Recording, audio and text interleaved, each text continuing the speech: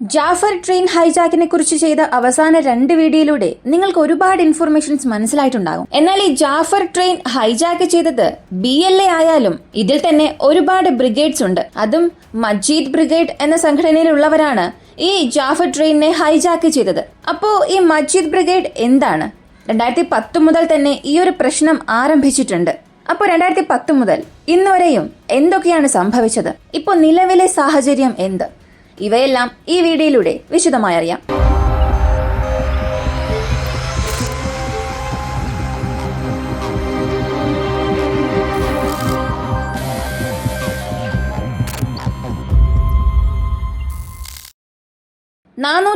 ിലധികം യാത്രക്കാർ അവിടെ ഉണ്ടായിരുന്നു. അതിൽ 350-ലധികം വ്യക്തികളെ ഞങ്ങൾ രക്ഷപ്പെടുത്തിയെന്ന് പാകിസ്ഥാൻ സൈന്യം ഒരു മറുപടി നൽകിയെങ്കിലും ഇപ്പോൾ വരെയും അവർ പറയുന്നത് ഏകദേശം 150-ലധികം ആളുകളെ ഞങ്ങൾ സംരക്ഷിച്ചു എന്നാണ്. അങ്ങനെയാണെങ്കിൽ ഇപ്പോഴും ഒരു 80 മുതൽ 100ഓളം ആളുകൾ അവരുടെ പക്കൽ ബന്ധികളായി ഉണ്ടാകാം. ഇന്നലെ സംഭവിച്ച വെടിവയ്പിൽ മാത്രം 27-ലധികം BLA അംഗങ്ങൾ കൊല്ലപ്പെട്ടിട്ടുണ്ട് എന്നും സൈന്യത്തെ സംബന്ധിച്ച് സൈനികർ 20-ലധികം പേർ കൊല്ലപ്പെട്ടു എന്നുള്ള വിവരങ്ങൾ പുറത്തു വന്നു. അപ്പോൾ ഇവിടെ മജീദ് ബ്രിഗേഡ് എന്ന ഒരു കാര്യം ഞാൻ ഇതിനകം പറഞ്ഞിരുന്നു. 2010 ക്വട്ട എന്ന സ്ഥലം.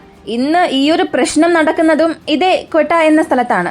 ആ ഒരു പ്രദേശത്ത് ഇവരുടെ സൈന്യത്തിനും BLAക്കും ഇടയിൽ ഒരു വലിയ സംഘർഷം നടന്നു. അതിൽ മജീദ് എന്ന വളരെ പ്രധാനപ്പെട്ട ഒരു വ്യക്തി കൊല്ലപ്പെട്ടു. അയാൾ കൊല്ലപ്പെട്ടതിനു ശേഷം BLA മജീദ് ബ്രിഗേഡ് എന്ന ഒരു സംഘടന തന്നെ രൂപീകരിച്ചു. പിന്നീട് 2010 മുതൽ ഇവരുടെ ലക്ഷ്യം ഈ കൊട്ട എന്ന പ്രദേശത്ത് എന്തെങ്കിലും ഒരു പ്രശ്നം വന്നാൽ അത് മജീദ് ബ്രിഗേഡ് കാരണം മാത്രമേ വരാൻ പാടുള്ളൂ. അങ്ങനെ 2010 മുതൽ ഇവർ വലിയ രീതിയിലുള്ള ഗൊറില്ല ആക്രമണങ്ങൾ ചെയ്തുകൊണ്ടിരിക്കുന്നു.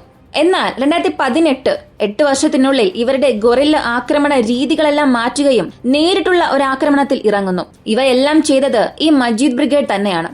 ഈ മജീദ് ബ്രിഗേഡിൽ ധാരാളം പരിശീലനം ലഭിച്ചവരാണുള്ളത്.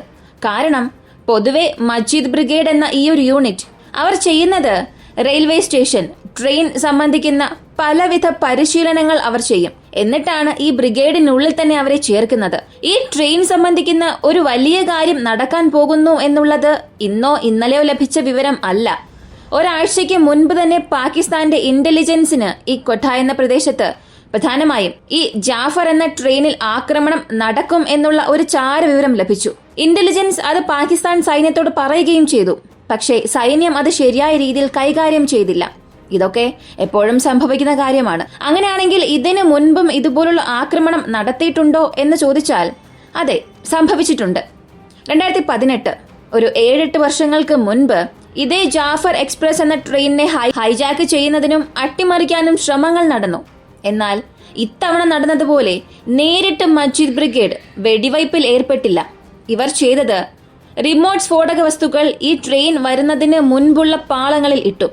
ട്രെയിൻ വരുമ്പോൾ ആ എക്സ്പ്ലോസീവ്സിനെ പൊട്ടിത്തെറിപ്പിക്കുക എന്നുള്ളതാണ് ഇവരുടെ ഉദ്ദേശം. ഇവർ ശരിയായി എല്ലാം പദ്ധതിയിടുമ്പോൾ 200 അടി ദൂരത്തിൽ ട്രെയിൻ വരുമ്പോൾ തന്നെ ഈ സ്ഫോടക വസ്തുക്കളെ പൊട്ടിത്തെറിപ്പിക്കുന്നു.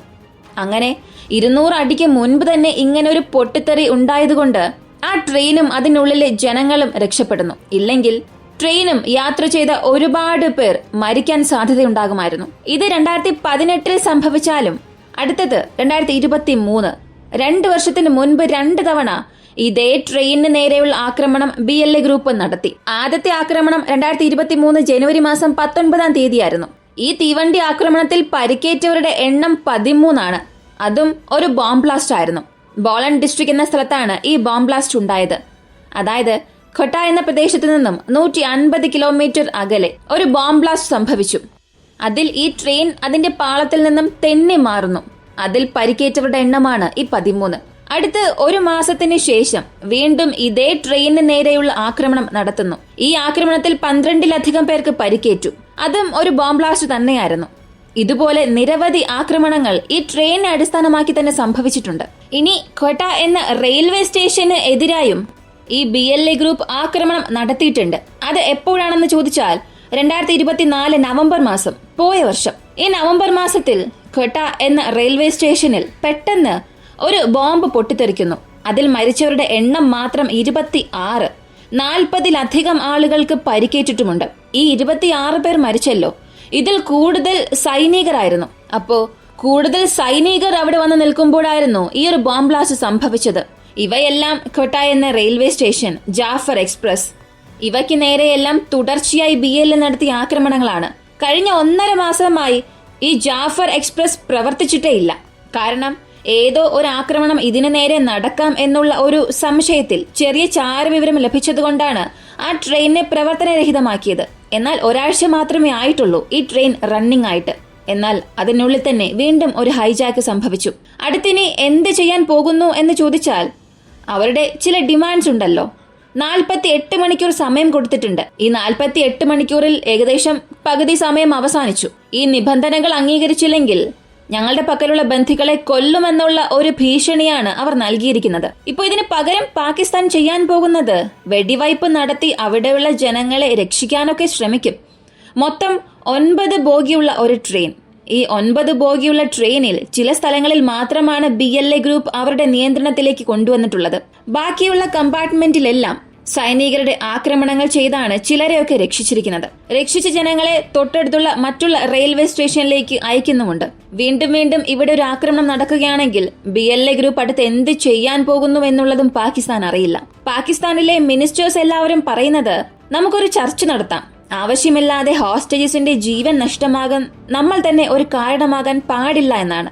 എന്നാൽ മറ്റു ചിലർ ഇല്ല, ഇതിൽ നമുക്ക് റിസ്ക് എടുത്തേ മതിയാകൂ. ഈ BLA വീണ്ടും വീണ്ടും ഇങ്ങനെയുള്ള കാര്യങ്ങൾ ചെയ്യുന്നുണ്ട്. നമ്മൾ ശാന്തരായിരിക്കുകയാണെങ്കിൽ അതെങ്ങനെ തടയാൻ സാധിക്കും? ഈ ഒരു ചോദ്യവും ഉയരുകയാണ്.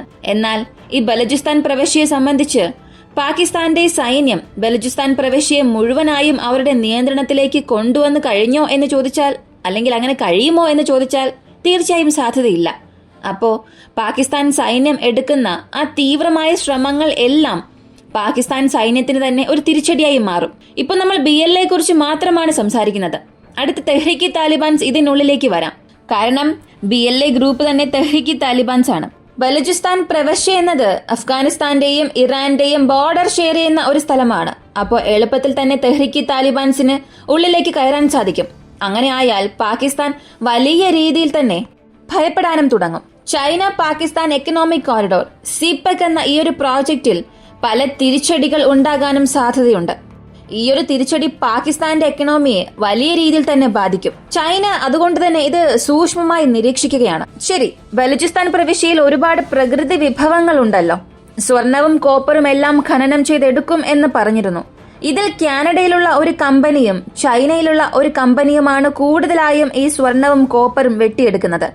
അപ്പോ ഇവിടെ ബലൂചിസ്ഥാനെ സംരക്ഷിക്കാൻ, അല്ലെങ്കിൽ ബലൂചിസ്ഥാനിലുള്ള ചൈനക്കാരെ രക്ഷിക്കാൻ ഒരു സ്പെഷ്യൽ ആർമി ഗ്രൂപ്പ് തന്നെ നിർമ്മിച്ചു. ഈ സ്പെഷ്യൽ ആർമി ഗ്രൂപ്പിനെ സ്പെഷ്യൽ സെക്യൂരിറ്റി ഡിവിഷൻ എന്ന് വിളിക്കും. ഈ SSD എന്ന സ്പെഷ്യൽ സെക്യൂരിറ്റി ഡിവിഷനാണ് അവിടെ ജോലി ചെയ്യുന്ന ചൈനയുടെ എഞ്ചിനീയേഴ്സിന് എല്ലാം സംരക്ഷണം നൽകുന്ന യൂണിറ്റ്. ഇതേ യൂണിറ്റിനെതിരായിട്ടാണ് അടുത്ത BLA അവരുടെ ആക്രമണം നടത്താം.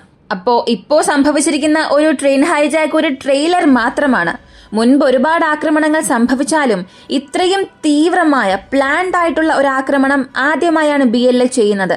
ഇതിനുശേഷം ചൈനയുടെ എഞ്ചിനീയേഴ്സിനെ ലക്ഷ്യം വയ്ക്കാം എന്നുള്ളത് കൊണ്ട് തന്നെ ഇത് ചൈനയ്ക്കും വലിയൊരു മുന്നറിയിപ്പാണ്. ഈ ട്രെയിൻ ഹൈജാക്കിനെ കുറിച്ചുള്ള നിങ്ങളുടെ അഭിപ്രായങ്ങൾ കമന്റിൽ പറയുക. ഇങ്ങനെയുള്ള ടോപ്പിക്സ് നിങ്ങൾക്ക് വ്യത്യസ്തമായി തോന്നിയാലും ഇതിനെക്കുറിച്ച് അറിയണം എന്ന് ആഗ്രഹിക്കുന്നവരാണ് നിങ്ങൾ എന്നുണ്ടെങ്കിൽ തീർച്ചയായും നമ്മുടെ ചാനൽ സബ്സ്ക്രൈബ് ചെയ്യുക.